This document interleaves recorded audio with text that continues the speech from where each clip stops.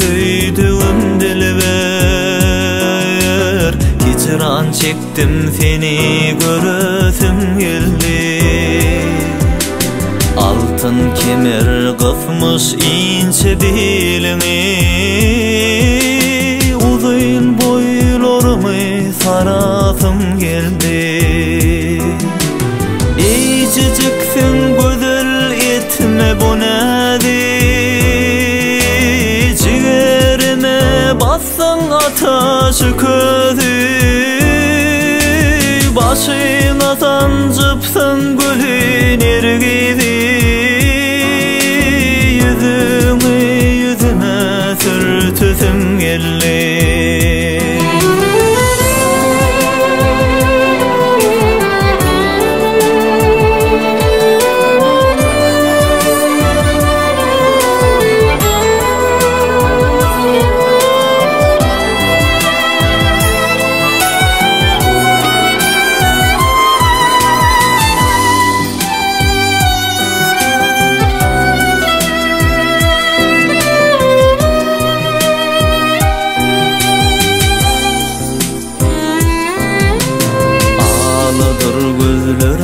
Fiyadır kaşım, aradım cahanı yoktur boydoşum. Yaylanın karından beyazır döşüm, uzanıp üstüne ölesim geldi.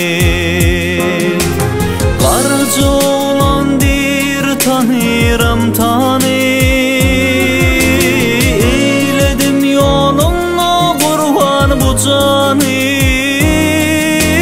koynuna beslenen nar ayvanı, çözüp düğmeleri tiresim geldi.